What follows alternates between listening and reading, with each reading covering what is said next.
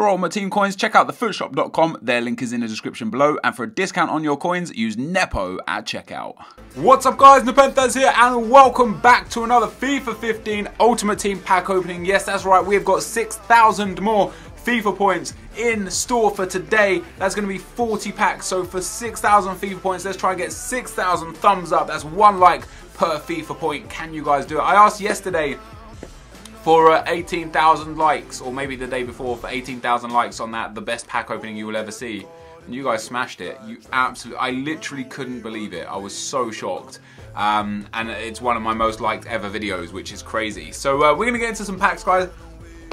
And I thought for today, whilst we're opening these packs, that we will take some questions from Twitter. So I picked some of my favourite ones. However, for some bizarre reason today, literally, genuinely, about half the questions were people asking, what am I going to do when YouTube dies? So we'll get to that eventually. I find that to be a remarkable question. But the first question is from RSirK, or RSirKE, and he asks, are you going to bring back the collection book this year? So the collection book for me was one of the most enjoyable series that I started last year. Oh my god, what a start, EA! We had duplicate Philip Lahm, guys. That is epic. What a start. He goes for about 40k. Boom, boom, get in. That's what I'm talking about. Thank you very much, EA. That's a good start. So yeah, the collection book last year, guys, it was one of my favourite series for the simple fact that I used to love the actual collection book that they had in FIFA 10. I don't know why they removed it.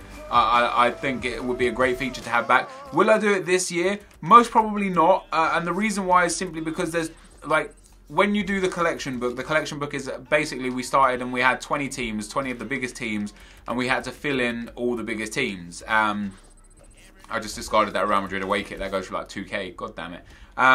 Yeah, so we basically had, you know, we look to build all the best teams. The problem is, for example, a pack like this, there's just too many players in packs to be able to coherently build the top 20 teams.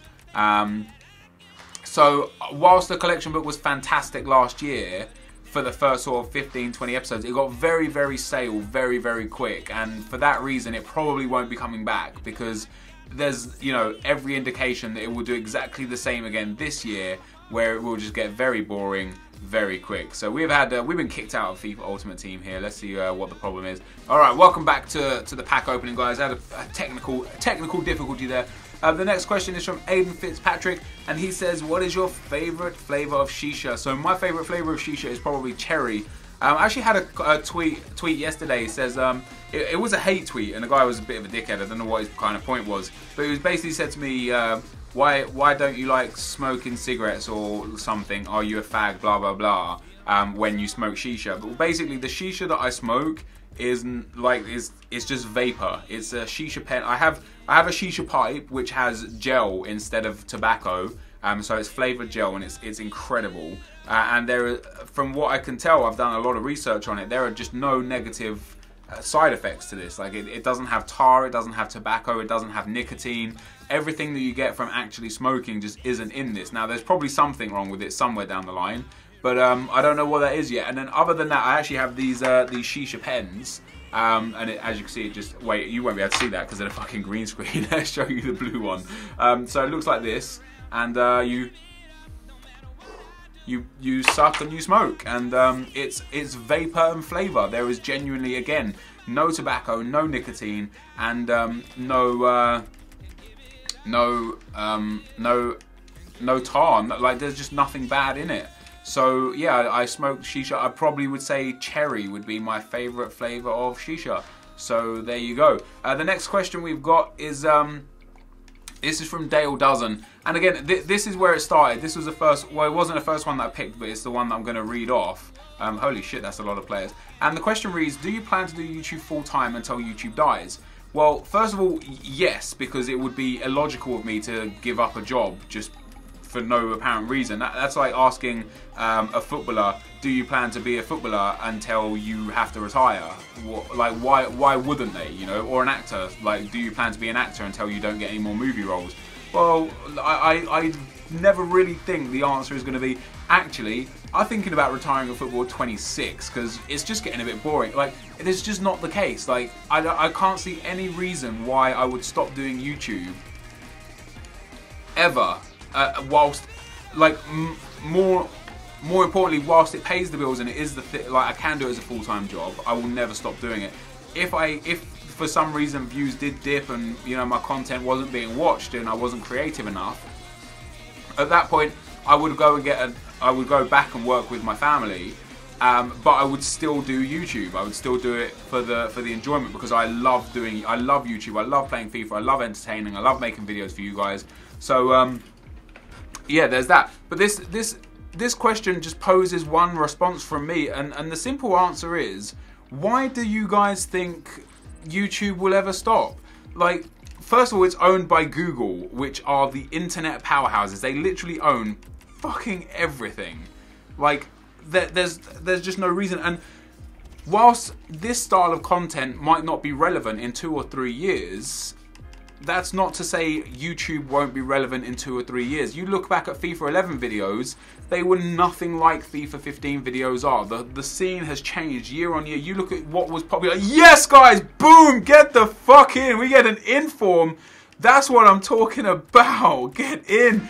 We got Lahm and inform Sigurdsson. I will keep him and I will take it. I am happy. Get the fuck in.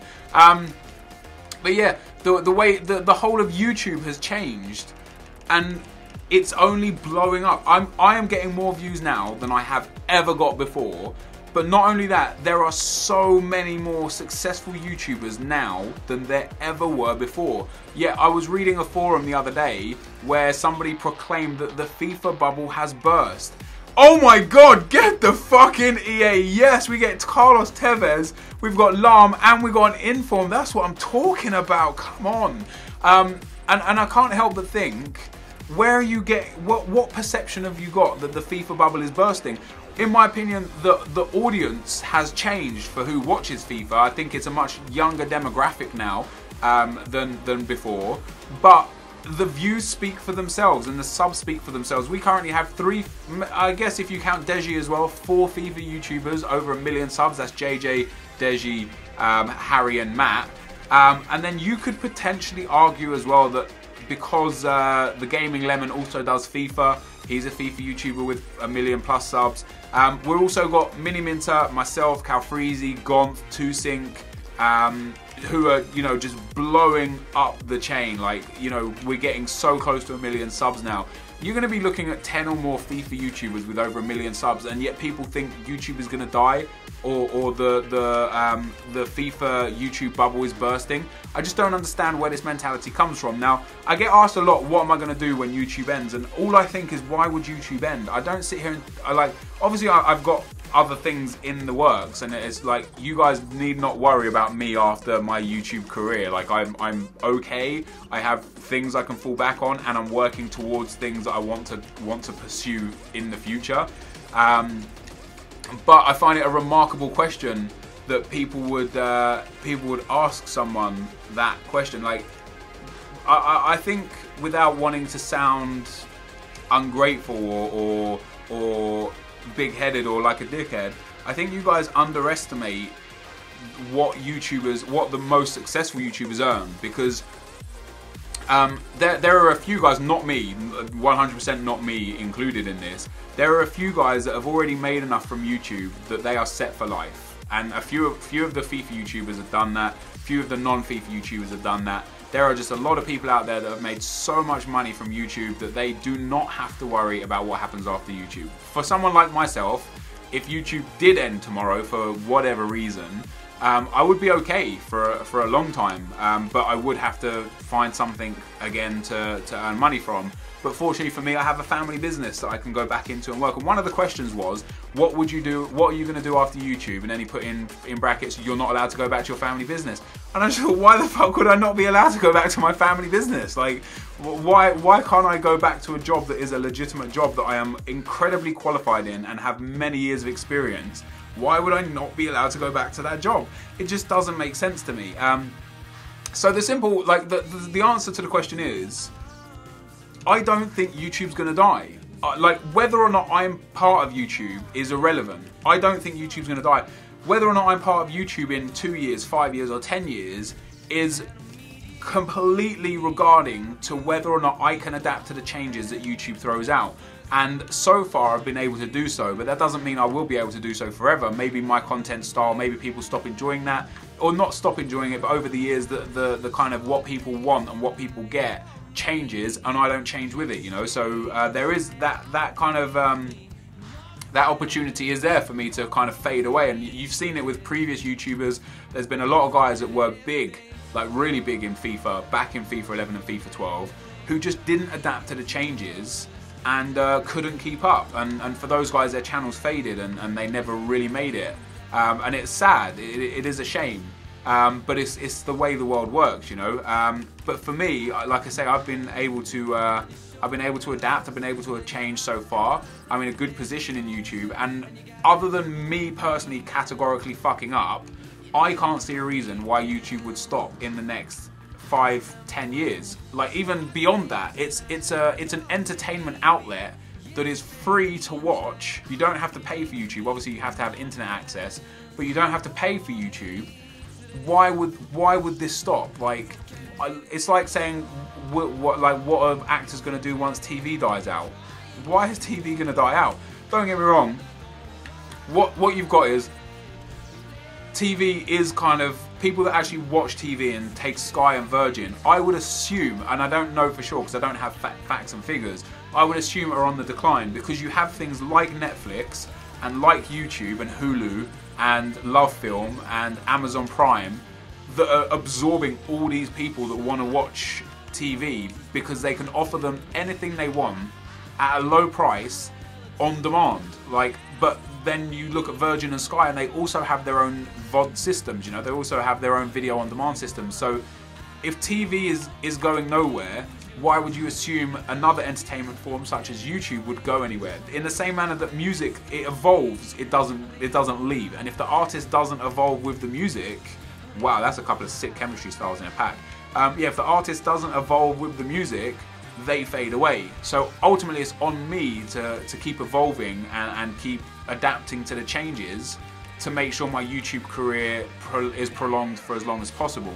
Do I want to do YouTube for the rest of my life? Is a very difficult question to answer, because ultimately I love playing video games and that will never change. No matter how old I get, no matter what I'm doing in my life, I will always enjoy video games. It's my way of relaxing, of like passing time. You know, it's just, for me, it's a nice vice to have. So when I'm 40, when I'm 50, when I'm 60, it's likely I will still play video games because I will still enjoy them. Do I still want to be doing YouTube at that age?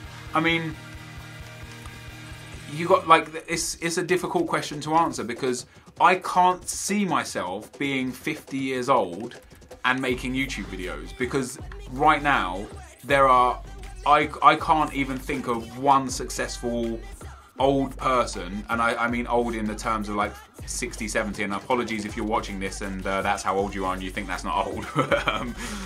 Yeah, for the older generation, there's no one there right now, but YouTube is in its infancy, so you got to think in 5 and 10 years time, when YouTube, in my opinion, is an even bigger thing than it is right now, more people are going to want to get involved, which is why I believe the demographics will change, because like someone who's 35 or 40 might see a gap in the YouTube market and how it's changing and think, fuck, I could fit that gap, I could do that, I want to do that, and they're going to do it. And in 5 or 10 years time, having someone who's 40, 50 or 60 making YouTube content might not be as an alien thing as it is in today's world. Obviously today, there are none. If there is one, I apologize, I don't know who you are. There are no super successful, very old YouTubers out there. But that's not to say that there will never be a super successful old, who knows, I might be the pioneer, I might be the first one, I might be the first person that turns 40, has 5 million subscribers and is making YouTube videos for a living. That would be fantastic. That would be absolutely fantastic. And for those, you know, there's a few negative people out there like, oh, what are you going to do when you turn up to parents' evening and you go, you know, you speak to the parents and they're like, oh, what do you do for a living? You're like, oh, I play video games on the internet in front of 12-year-olds. Like, I don't see how that's different to being, oh my god, what a fucking pack, Konko, Kondrava and Muller, hello. Yeah, I don't see how that's different from, say, an actor who does comedy films that are also targeted to the same demographic. Like, what do you do for a living? Oh, I'm an actor and I do comedy films. If you go to a group of parents and you're like, yeah, I make my living from playing video games, they're not going to be like, this fucking wanker.